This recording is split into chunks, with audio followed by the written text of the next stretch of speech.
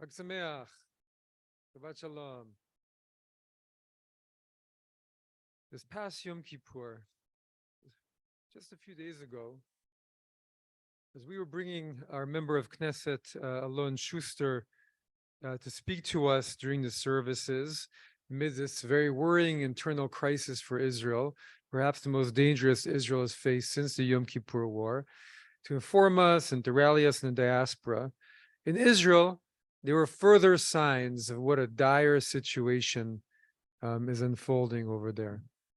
And so on Yom Kippur, there were a series of events in Tel Aviv, sad and very tragic events, where secular protesters disrupted with force an outdoors Yom Kippur service in a public square in Tel Aviv, because there was a mechitza, divider between men and women. And it was a very, very complicated situation, but this is an organization that held the same prayer every year in the same place. And, they're an outreach organization. Their whole aim is to make people more religious. But what had happened is that there had been a ban from the mayor of Tel Aviv saying they weren't allowed to do their service, and it was upheld by the Supreme Court. And in Israel, they ruled that every municipality should be able to decide what kind of religious service you're going to have in the squares of your community. And so in Tel Aviv, with all the divisiveness of this past year, the mayor decided they did not want a segregated service, a mechitza in the square. So the religious organization went ahead and had the service anyway, believing they'd found a loophole in the law. The protesters who felt that this was another sign of the religious encroaching on the Israel that they love and belong to came and tore down the mechitza and stopped the services and started screaming at the people that they should go home, stop taking their money. A very ugly situation on both sides. And that actually occurred in other areas in Tel Aviv as well, where there'd been gender segregated services for years. And some of those religious groups were more welcoming and embracing than the other one I just mentioned, which isn't always that same way. But all those services were forcibly stopped and targeted.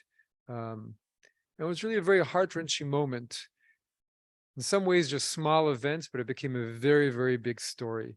And it was a heart-wrenching moment for the whole nation to witness on the Day of Atonement, on the day when Israelis typically come together and they observe Yom Kippur, each in their own way, but even in Israel, even the very secular, have some customs. They walk down the empty highways because there are no cars, and they dress in white and they go to the parks.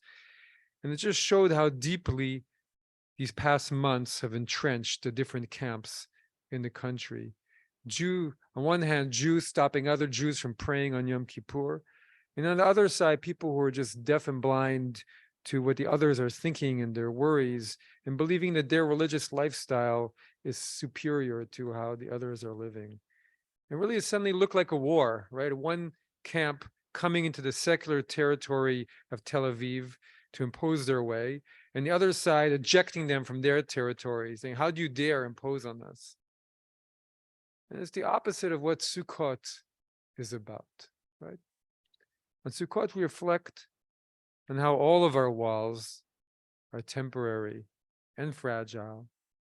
And in the end, it's better that way. When your walls are temporary and fragile, you can actually look up and see the stars, as the Jewish law calls on us to also build our roofs. And then when we close ourselves in, we lose some of our ability to see others, and we lose the vision that brings our life beauty and expanse. And there only needs to be 3 walls to the sukkah so that it's welcoming, just as Abraham's tent was welcoming. And that's our model for how we should welcome strangers. Right? It's one of God's tests of Abraham, as we'll be reading in the months ahead. 3 angels who look like men approach his tent in the heat of the day, and he rushes out to greet them, and he washes their hands and their feet, and he welcomes them, and he prepares a meal for them.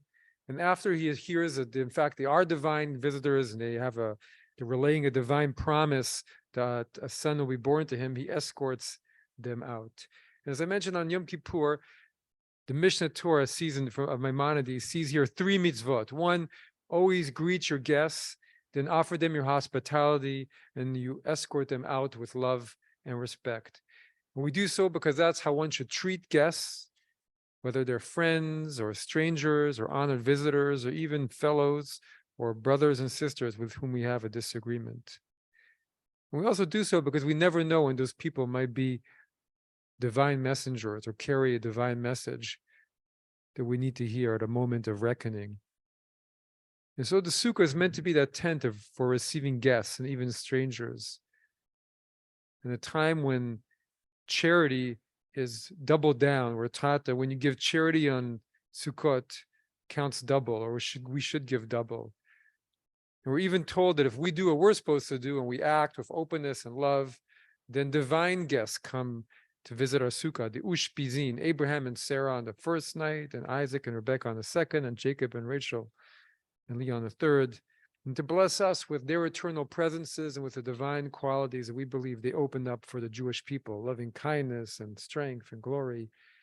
And so there are many Hasidic stories about very regular looking guests who suddenly turn up at a sukkah, who end up being Hasidic Rabbis or divine guests. And the question is, do you welcome them even though they seem different? And that this is a time when our humility should match the humble dwelling that we call our sukkah, and a symbol of the humility of our dwellings and existence as finite creatures in this vast broken world. And so some years a sukkah is a sukkah that's built out of our faith, out of all of our prayers and devotion over the high holidays. It carries us into Sukkot, all of our atoning for all of our wrongs over the days of awe. And then it readies us for receiving blessing and joy during Sukkot. But other years, Sukkot could also be seen as a challenge to us and to our people. Have we really done the work that we need to do over the new year? Is our sukkah ready? Does it have an open wall? Are we allowing ourselves to open our hearts and minds? And did we learn from what we found in our hearts during Yom Kippur? And I did hear of another prayer service in Tel Aviv, an outdoor prayer service on Yom Kippur. And the organizer, I read hastily, as they did every year for Ne'ilah, grabbed 25 prayer books and 50 copies, photocopied copies of Ne'ilah from the conservative movement's Israeli Siddur.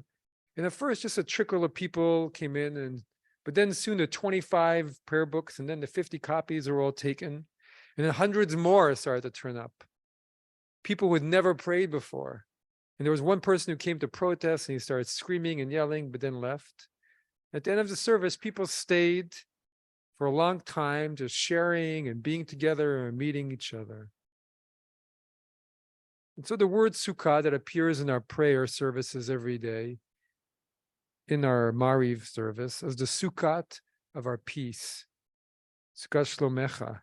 And it's something that we pray for every evening. We pray to have a sukkah of peace come over us before our day ends and we go to sleep. And the sukkah of peace, of shalom, can also be seen as a sukkah of wholeness, shalom, shlemut, connected, because peace only comes when all the parts are in harmony. The same name for the temple in Jerusalem was also called the sukkah of peace. They made more space, as the Mishnah says. No matter how many people was there was always room in the temple. And that's the same sukkah that we wish to build at this time every year. A sukkah with open hearts and arms that will heal and unite all the pains of our brokenness. Chag Sameach.